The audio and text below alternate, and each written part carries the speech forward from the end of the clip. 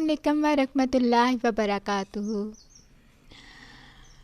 جب اس کو یہ محسوس ہوا کہ میں چلا گیا ہوں تو اس کے بعد اس نے دعا کے لیے ہاتھ اٹھا کر یوں مناجات کرنے لگا: اے غموں اور مصیبتوں کو دور کرنے والے، اے مجبور اور پریشان حال لوگوں کی دعائیں قبول فرمانے والے، اے میری امیدوں کی لاج رکھنے والے، اے گہرے سمندروں کو پیدا کرنے والے، اے میرے پاک پروردگار، اے وہ ذات جس کے دستے قدرت میں تمام بلائیاں ہیں۔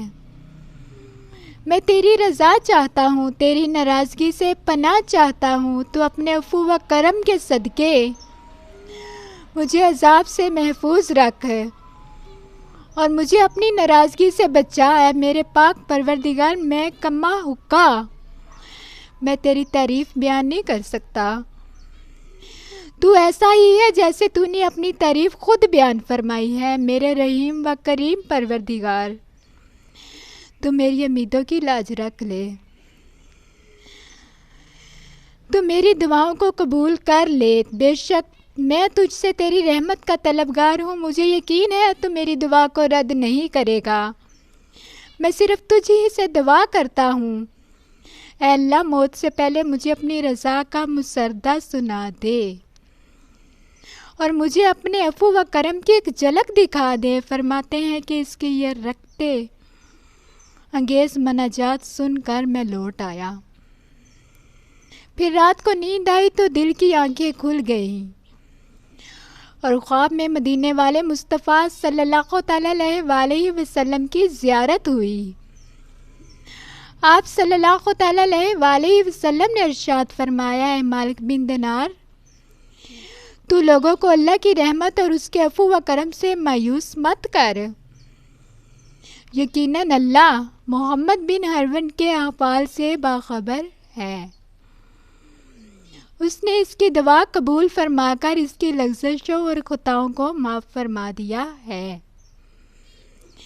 صبح اس کے پاس جانا اور اس سے کہنا: بے شک اللہ بروز قیامت میدان محشر میں تمام اولین و آخرین کو جمع فرمائے گا، اور اگر کسی سینگ والے جانور نے بغیر سینگ والے جانور کو مارا ہوگا تو اس کو بدلہ دلوائے گا اور ذرے ذرے کا حساب لے گا۔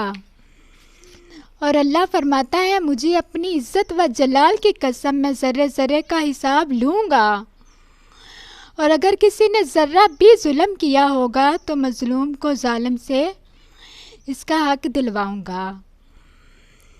اے ابن ہرون، کل بروز قیامت اللہ تجھے تیری ماں کو اکٹھا کرے گا، تیرے متعلق جہنم کا فیصلہ ہوگا، فرشتے تجھے مضبوط زنجیروں میں جکڑ کر جہنم کی طرف دھکیل دیں گے، پھر تو دنیاوی 3 دن 3 رات کے برابر جہنم کی آگ کا مزہ چکھے گا۔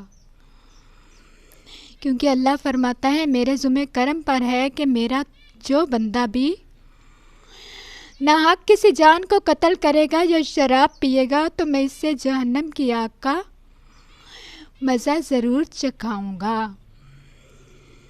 اگرچہ وہ برگزیدہ کیوں نہ ہو۔ اے ابن ہرون، پھر اللہ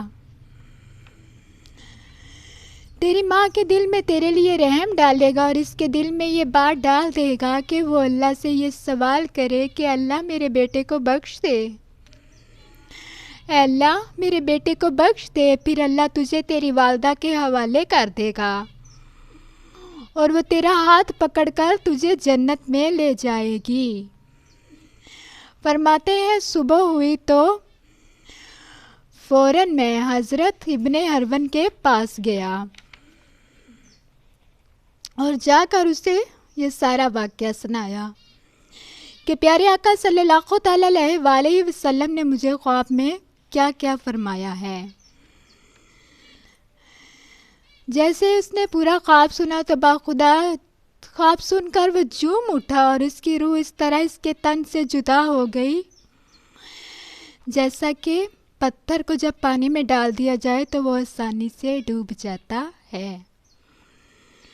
پھر اس کی تجسید تجہیز و تکفین کا انتظام کیا گیا اور میں نے اس کے جنازے میں شرکت فرمائی۔ سنا آپ نے کس طرح شراب کے نشے میں مدہوش اس شخص نے اپنی ماں کو دمکتے تنور میں پھینکا اور ہلاکت اس کا مقدر بنا دیا۔